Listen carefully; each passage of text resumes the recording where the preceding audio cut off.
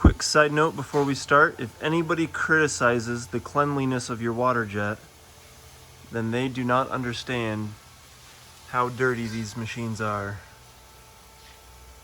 That's just since September of last year. It's a mess! I'm ready to do the thing, Dan. Last week we showed you guys how to make a knife filing jig, something that looks like this. If you haven't seen that video or are interested in creating a knife filing jig, you can click on the link down in the description or the little thing that pops up above my head. Click there. If not, we're going on to the next step, which is heat treating. Using our knife filing jig, this is the knife that I filed. It is the Sharp Wrench in 3/16 1095. This design is available on our website, which also has a link down in the description, or you can go to waterjetknives.com. And you honestly did a better job than I expected you to do, Dan. I'm really happy with how it turned out. And then for the profile, I used a drum sanding kit that just goes into the end of a drill. Something that looks like this, and that's what I used to clean up the edges. What knife design did you file? This is Chop, the mini cleaver. And I wanted to keep a nice stiff punching edge on it. So I only went with a little bit of grind. Not as deep of a bevel. Yeah, so nice. Still punchy, but still choppy. That way it feels like being punched with like a hatchet instead of like a chef's knife. Yeah, which would you prefer to be punched with? Probably a hatchet. There you go. And now we are going to show you how to heat treat your newly filed knife blank with some insulating bricks. These are 4.5 by 2.5 by 9-inch K26 insulating bricks and a map gas torch. What follows is a brief construction montage. For our forged design, we are going to use 8 different insulating bricks. We want to have a larger space so that we have more flexibility with things that we want to heat treat. So we're going to orient them this way and drill some holes through these and concrete anchor them together into a box-like shape. This is not the way you're supposed to attach these bricks. You're supposed to use refractory cement, but I failed to buy some and it's too late now. So if you put yours together, get some of that stuff. Once your box is all assembled, drill some holes into the side, big enough for the ends of your torch to fit into. And that's pretty much it.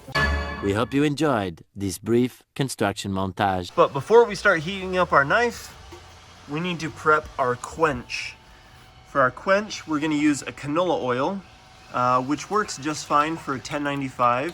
Due to recent events, the grocery store would only let me buy 1 bottle, which actually is quite a bit, and that'll be enough. So here's the game plan of what's going to happen. We're going to turn the torches on. We're going to heat up the knife. We want to get it to about 1500 degrees Fahrenheit. How do you know when it's at 1500 degrees-ish? When it stops being magnetic. This is the magnet I have on hand that we'll use to test our temperature.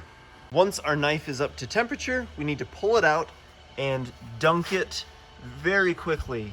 The goal with this is to get the temperature below 1000 degrees in like less than half a second, right? I think I can do it. Okay.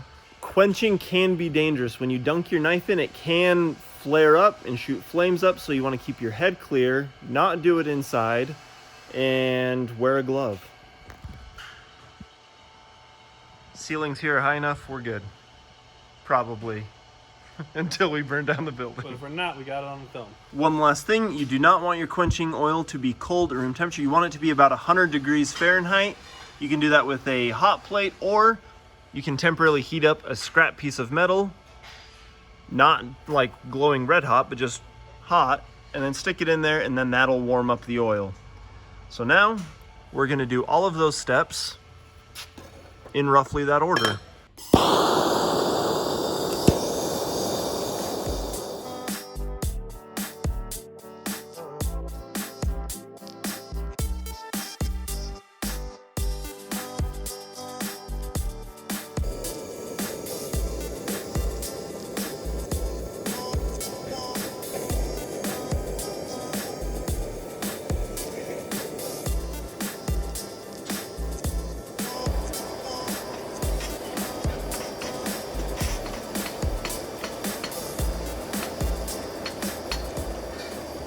Now that your knife is quenched, let it sit and cool because it is still very hot. A few moments later. Now that we've cooled down to about 120-ish degrees, it's time to do the file test. Oh, that's the back. You got to do the blade. Well, no, but I was testing the back first. Does your file skate across? It skates. If it doesn't skates- bite like it would in soft metal. If it skates, you're good. If it bites in, then you got to do it again. Lather, rinse, repeat. Yeah. And if you're really brave, this is how you test the hardness. Look at the knife edge. Unmarred. No chips. Mild steel. Lots of little dents. That's how you know you got a hard blade. Stronger than steel. But if it wasn't hard, then you could have just potentially ruined your knife. So Yep. live and learn.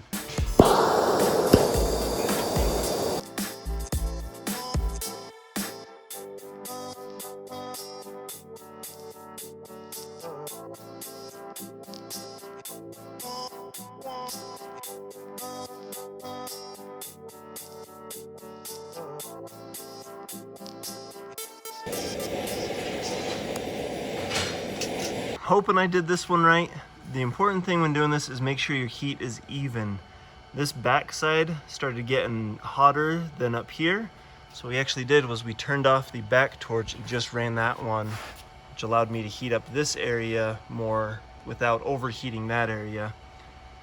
But we'll see if that actually worked once it cools down. Okay, we are now down to about 120 degrees, which is Shower hot.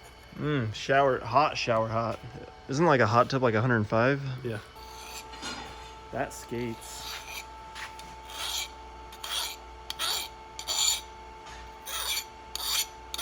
You proud of yourself? I am satisfied. So now that you have your hardened knife, a lot of people like to temper their knives.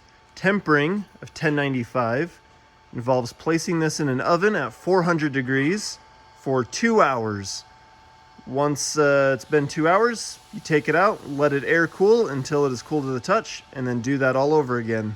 And then your knife will be tempered and even harder. Once you've got your knife hardness where you want and you're happy with it, you can start final sanding it, you can start sharpening the edge, you can then also start working on your handle.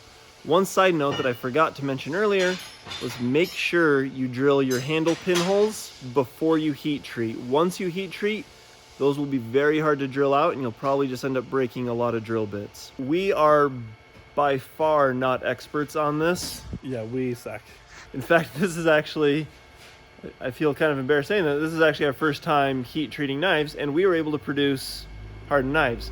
The great thing about the knife maker community is they're very helpful, and if anybody has suggestions for how to make this better on a budget, leave those comments down in there and we'll pin some stuff that's hopefully helpful at the top of the comments. Next week, we will be finished sanding these down, sharpening them, and putting handles on them, giving you a finished product. If you're just getting started on this journey, you can go to waterjetknives.com, get your own knife blank, and you can watch our previous video where we made a knife filing jig, and then you'll be all caught up to us. I just love it so much.